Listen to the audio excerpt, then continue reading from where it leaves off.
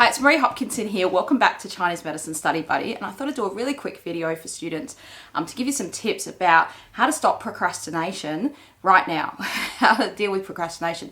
Now, I've done lots of study myself, and I'll give you a bit of a background of what I've done at the end of this video, because I'm sure some of you want to just get right onto the tips now. What is my first number one thing? When you're sitting down to study, something that used to really help me a lot was to have a thing called an ideas box. Now, I've just pulled out this little box. This is not my ideas box. This is actually a little box that's got these little yin yang balls in it. But this would be perfect. So something like this that can sit on your desk that's about that size. And whenever you think of a different idea, a new thing, and you think, oh, that'd be a good thing to research, you write the idea on that thing and you put it in there. It might be something that pops in your head, like, oh, I should really do more exercise, or I'd love to do this, or I'd love to do that. Pop that in there, because what happens is when you sit down to do, especially if you're going to write a thesis, you're going to write a project, and you want your brain to focus on one thing, what I find happens is, why am I thinking of all these new ideas now? And if you don't write them down, now you might not use an ideas box, you could just use a booklet or a sheet or a notebook or something like that. And then what I used to do is, when I was stuck for an idea, is where would I go? Well, I go into my little ideas box and look for the ideas. And these ideas used to come to me a lot when I was writing my master's degree thesis. So after I did my Chinese medicine degree, I went and studied international health at Curtin University. And when I was doing that, it was a project where you would look up for articles online, let's say, or go to the library and look up articles, and you would find yourself, like, so those back in that day, like 2006 is when I graduated from that. So I would have been working on that like 2004, 2005. You still would take time to go out to the library, then you find, oh, there's a book on this, or oh, there's that, or you go on the internet and you look for articles and you think, oh, what about this area, what about that? That'd be a good thing to research. And so even if you just download those articles and put them aside, but don't read them now, otherwise that kind of distracts you and causes that procrastination. Because this is a Chinese medicine channel, and most of the students watching this, I'm assuming, are Chinese medicine students, I'm going to give you a really good tip that is going to make sense to you if you're into Chinese medicine. Now, if you're not into Chinese medicine, it still works, but you may need a little bit of Chinese medicine knowledge to understand this. So what's a really good thing to do before you're going to sit down and do your study is to do something that moves your wood element, because we think about the 5 elements: wood, fire, earth, metal, water, and you need fire to do the study, right? That's your thought, your shen, your consciousness, your alertness, your spark, if you like. And you need wood to kind of generate that. You need wood to generate fire. And sometimes what will happen is, if you're stagnant, then the study just doesn't happen. You sit there and you think, oh, I'm hungry. You're sort of just sitting around.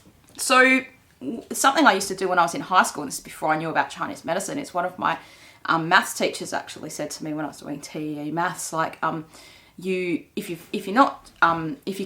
get stumped on something and you can't, like, you've done a big block of study, she said, oh, you could maybe try some cooking and that would help. And I used to really love doing that. And so every time in between, I'd sit there for 2 or 3 hours at my desk, do my study, and then I'd be like, oh, I'll make a batch of biscuits, or I'll make some food. Now that can be beneficial in lots of ways, because the family would love to eat the batches of biscuits that I would make, or cakes or whatever.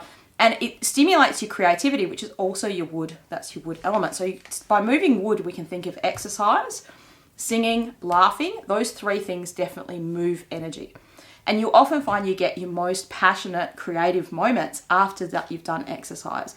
If you're a sort of a creative person, you're kind of in a slump or something like that. So sometimes you need that creativity to spark the ideas. You're thinking, I want to write this assignment. What topic am I going to choose? I'm not really passionate about it. So that'd be something that I would think would be great to consider. And then finally, the third thing is, I've recently heard this, I'm going to steal this idea from Gary Vaynerchuk, and I heard him talk about procrastination on one of his videos recently, and I thought that's a really good point, because he was saying, if you're procrastinating, well, you're not passionate about that topic enough to want to do it, right? So going a bit further from that, now sometimes in our medicine, we have to study things that, we really don't want to necessarily do. Like, you need to learn some things to get to the next point. But overall, you probably are passionate about it. And I know there's times where it's ebbs and flows, and you can sometimes lose your passion for it. And that definitely happened to me when I was studying Chinese medicine. I'm so glad I didn't quit. That doesn't make the procrastination go away. Not wanting to quit and wanting to stay on it. Sometimes you think, I just don't feel like getting into this. I'm just not passionate about this one thing. So a couple of ideas I've got for that would be to write down the things you're procrastinating about, like the actual, things. Okay, this is, Western medicine or science-based stuff that biochemistry was one of the things for me. Like, I just found that arduous. I didn't find it exciting and interesting. Now, if I did find it exciting and interesting, I probably would have taken some of the pain away from it, and I probably would have gotten better marks in it. And I certainly can see the point in it now, in my practice, but I couldn't see the point of it at that point in time. So finding the why is a good thing to do in the next step from that. So if you write down the things you are procrastinating about, like what are the topics, what are the ideas, just not interested in it. And then think about trying to find a why in that. Why do I need to learn this? Why is this useful to me? And if it's not, maybe this is something that, if you're procrastinating about the whole course that you're doing, then maybe that it's a time to kind of choose a different profession possibly as well. I'm not encouraging you to make those decisions willy-nilly. Like, you need to discuss this with someone that you trust, with a mentor or someone that can help you on that journey.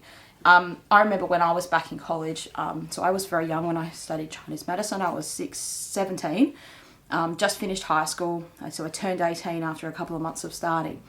So I would have been in my third year, and our college course was technically a 3-year degree, but there was a lot of hoo-haing around with the college at that point at the end, and I ended up having to take a semester off where I could only do 1 unit. And then the final semester I had to do like 10 units. So I had this whole semester where I had to wait kind of as a break. And in that time I went and did some music teaching, and I started making money doing that. And I built it up to about 30 students. Like, I was teaching music up to that point, but then because I had all this time, I was like, okay, I'm just going to take as many students as want to come and see me. And I had 30 students a week, and I was thinking, this is pretty good income. I could just quit Chinese medicine now and do music teaching, teach violin to kids, because I was loving it. And I was finding a passion for doing that didn't really exist that much before. And I was thinking, hey, maybe I'll just quit. And I nearly did. And one of my teachers said, hey, don't quit, urged me kind of not to quit. And, probably just my constitution or my makeup is I'm not a quitting person. I probably would have just finished it anyway. But I remember being at that point of thinking I could just take it or leave it kind of thing. If you have a time where you're not focused on it, it can take that passion away. And maybe you're in that situation now. Like, you might have been in a college where you're having a lot of on-campus time, you're seeing your friends and you're seeing your teachers a lot in person, and then you've had coronavirus happen and lots of students can't go back to college. There's some places in Australia where it's completely shut down. Like, if you've been in Melbourne, then you wouldn't have been able to go back to school at all. And some states are a bit better than that, bit better.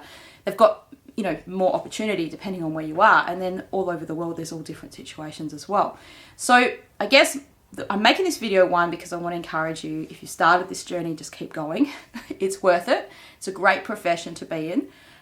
It's not the right profession for every person, for sure. But if you've got to the point where you're at first or second year and you're enjoying it somewhat, and you think, yeah, I can see some benefit in this, well, stick it out. If you're at third or fourth year, you may as well finish what you started and keep going and get your degree, because you can't get much on half a degree. And, then sometimes you finish and then you want to restart. You have to start the whole thing again sometimes. So it's better to have a degree than have half a degree. No one really cares about half degrees that people have, right? So I really hope that this encourages you, that you can find your why about why you're doing what you're doing. And put it in the comments below if you've had trouble with procrastination. All of us have. I have as well. And how you've dealt with procrastination. And I hope this video is helpful and useful to you. And make sure you click the subscribe button, share with your friends and family. I love to see the channel growing. I really am encouraged by people's comments. Actually, I read a comment today from a student who put something on one of my videos, and that's what encouraged me to make this next video.